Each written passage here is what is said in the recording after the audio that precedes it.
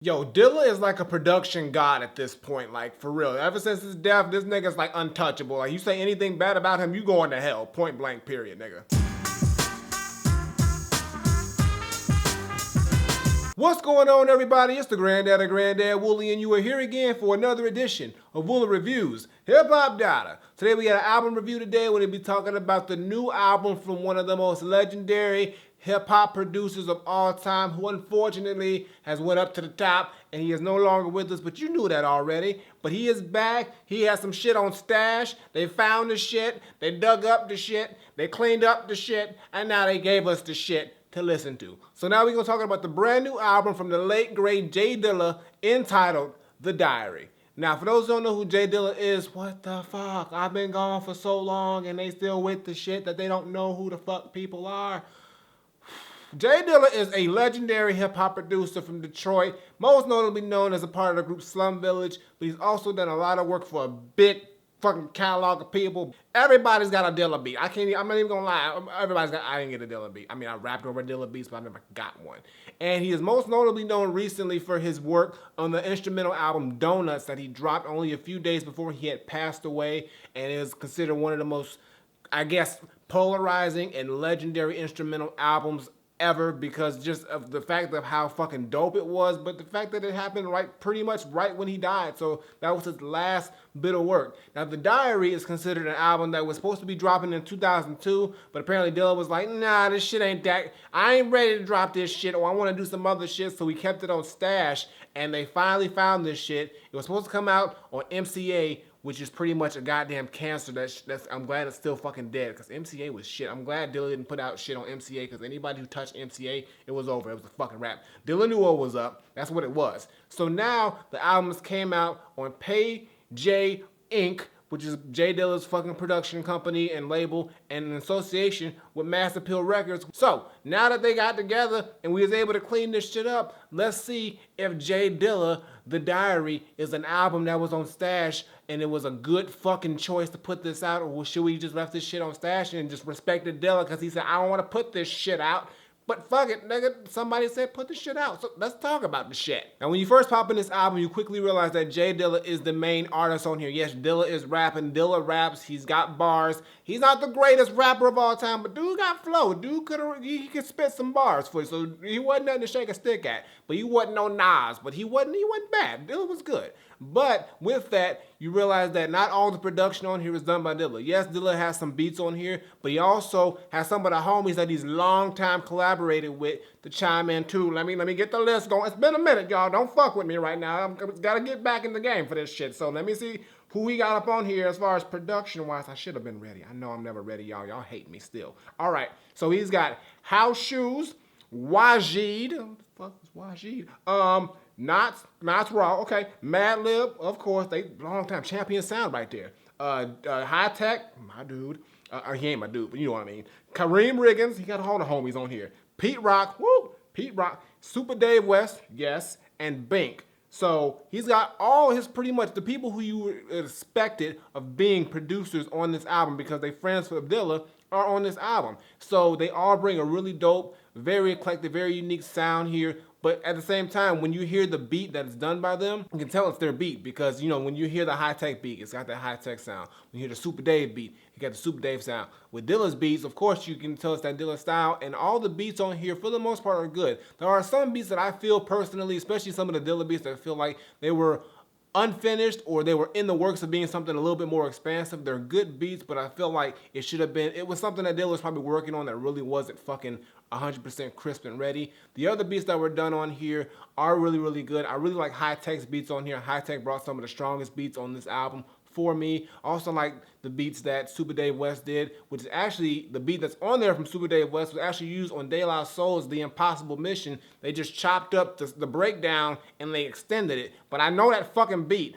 I know that shit when I hear it. I had to go fucking search it, but I found that shit and it was from there. But it's dope, so I appreciate that they actually brought that back, and Super Dave got the double shine on that one. But as far as production is concerned, it's really good. It's very, very all over the place. It's got its dark moments, it's got its gritty moments, it's got its funky moments, it's got its very, very eclectic and very, very unique moments, and it's got its Dilla moments where that's pretty much how Dilla was. He kind of was all over the place, and at the time he made this album, he kind of had a different sound and vibe. I mean, this album is technically fucking 14 years old, so they're trying to work off those lyrics and those rhymes that Dilla made so long ago, and at the same time try to bring their own sound with the production. Now when it comes to the rhymes of the album, we got Dilla in the forefront because yes, Dilla is the artist. This is a J Dilla album with the bars of Dilla. And Dilla, like I said, is not the greatest rapper of all time, but he's a good rapper. I mean, if you heard Champion Sound and Rough Draft, you know that Dilla is no stranger to being on the MIC. And he's got a real good style, real good flow, and actually he's got a lot of charisma that, you know, J Dilla seems like a real fucking chill dude. He seemed like he really was quiet and timid, but when he got on that fucking microphone, he was wrecking, he didn't give a fuck. He was savage on the low. I mean, I like that about it. He had this side that nobody ever knew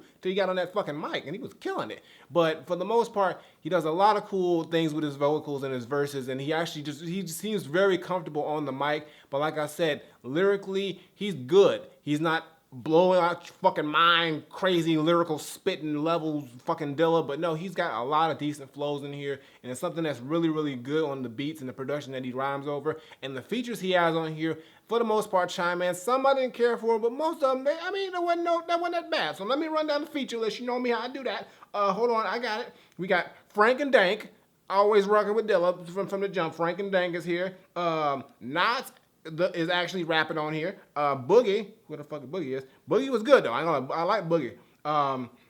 But Kenny Ray, okay, Kenny Ray all day. Snoop Dogg's here. Cocaine's here. Who else here? Bilal is here. Bilal is everywhere. Bilal is dope though. And I think, and Nas, of course. Nas, because Master P.O., Nas got to be on there at some point, you know. So all those people are on here. They all bring pretty much solid working verses. I really didn't care much for the Frank and Dank track. It was okay, but it was all right. And for the most part, everybody else, Bilal was dope.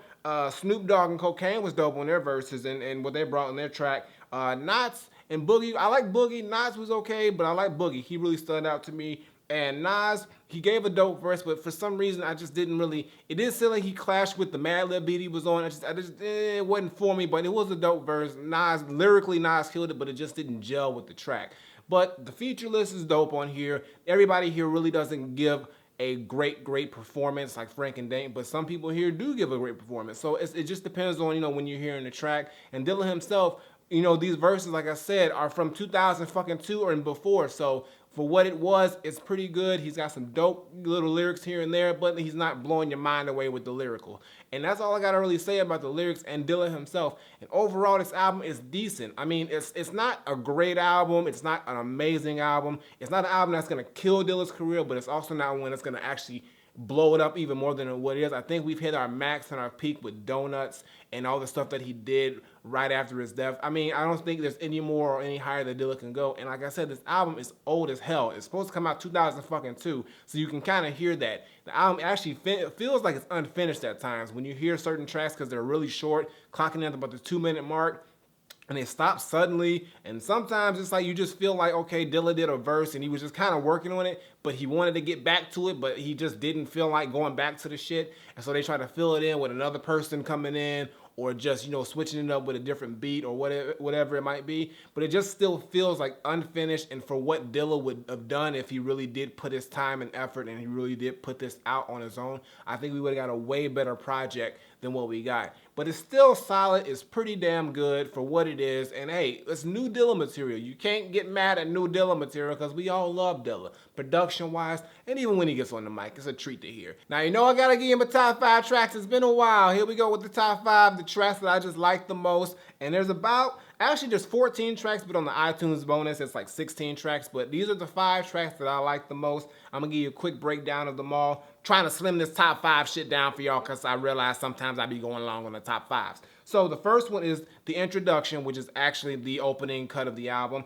and it's produced by House Shoes, and it's got some production from Dilla on there as well. And this is just Dilla going in on the bars. He's really setting the tone for it. He's got real good energy, and he's just being, you know, this is sort of like the introduction of Dilla as far as a rapper, and he really has that real just charismatic flow on here.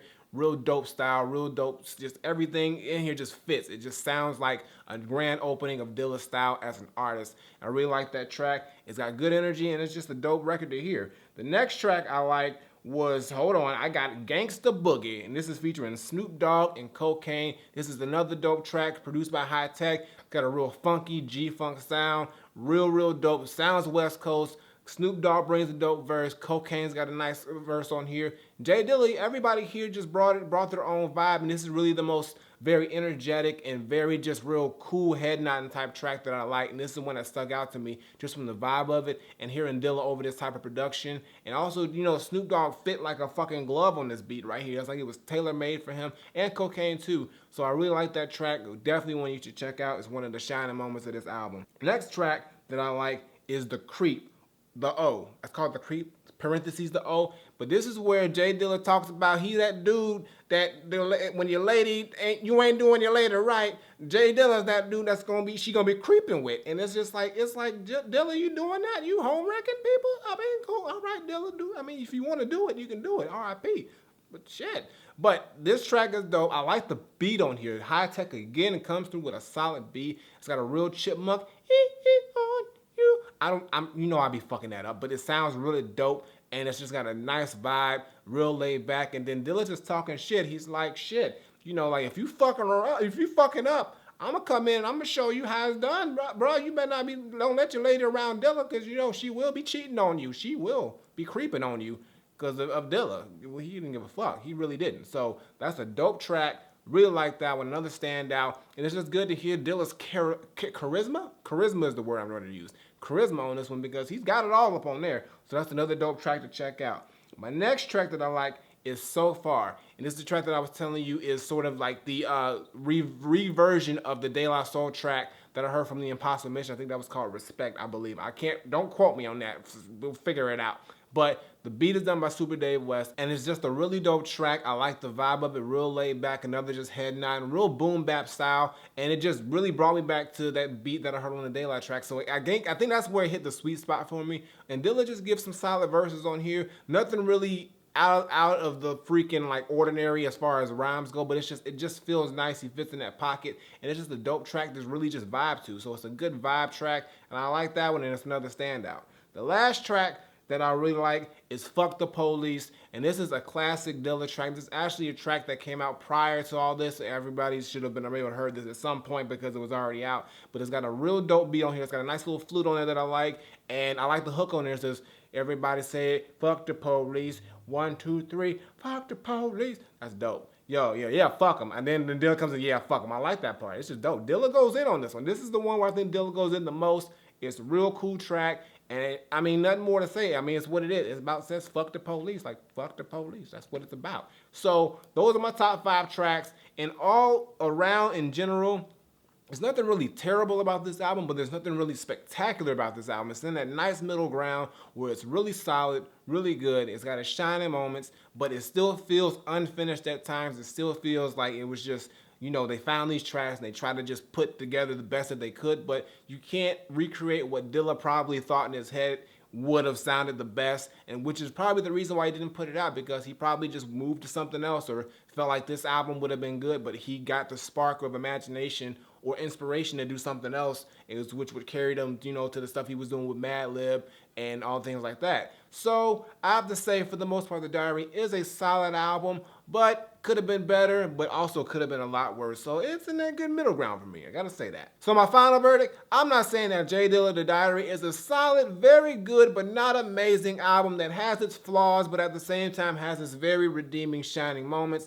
And it's good to hear some new Dilla, especially Dilla on the mic, because Dilla can rhyme. Dilla's got some skills. Not the greatest skills of all time, but he can get on the beat and do some things. Sometimes he can outdo some people that we didn't think he could outdo. But Dilla's good. Dilla's good on the beats and on the rhymes. He's got them both covered. All I'm saying is that production's cool. Nice features, nice producers, nice vibe, nice tracks. I mean, Dilla, you know, has a little charisma. He's killing it on here, and for the most part, it's a solid album. No, it's not gonna, transcend the level of Donuts and the legendary status of that, but I mean, I don't think we're gonna recapture that because of when it dropped and just what it was. But at the same time, it's not gonna devalue Dilla's catalog or anything like that. It's just a nice, good listen, and for Dilla fans, I think it's just a treat for us to listen to some new Dilla material. And I hear this is the last bit of it, so I don't know. It might be some more shit on Stash that they just lied to us about. I don't know, but if this is the last bit, it's good that we can hear it at some point. So all I gotta say is that for me, J Dilla The Diary is not Granddad approved, but I will give it a Granddad recommended. So go check it out. It's out right now. You can check it out on iTunes, Apple Music, any fucking streaming service they got it. You can go buy and go to fucking rapcast.com. I think they got vinyls and they got CDs on sale if they're not sold out, because people buy that shit like hotcakes. And just check it out and give it a listen, especially if you're a Dilla fan. This is a definite album you should listen to, but don't expect it to be the greatest thing you've ever heard. But I got nothing more to say. So, J Dilla, The Diary, is Granddad recommended. Dope, but not the dopest, but not the wackest. It's in that good middle ground. I like it though. Flip it. Alright guys, that's going to do it for today's video. Make sure you give me a thumbs up and drop a comment. Tell me what you think of J Dilla The Diary if you've heard it. If you haven't heard it, like I said, it is a very good album. Not amazing. It's got flaws, of course. Every album got its flaws. But shit, it's some new Dilla and there's some good shit on here too. So, I mean, give it a listen. What's going to hurt? Give it a listen. Do it for Dilla. Do it for Dilla. Second review of the day is on the side, as well as my third review of the day. That's right. I just got them right here for y'all. I mean, you might click it and it might not show up just yet. But just keep checking, nigga. It's going to be one of them two. But check those out. Show them some love. And, of course, Twitter, Facebook, SoundCloud, Instagram. Links in the description below. And subscribe. Button on the screen. Button below. Woolly Reviews. Twice a week. Gaming channel. Check that out. And I ain't got nothing more to say. So until next time I take my leave, Granddaughter, J Dilla The Diary, good album, R.I.P. Dilla. And it feels so good to be back. This feels good to do it, y'all. Shit, it's been too long. We back. I'm out of here.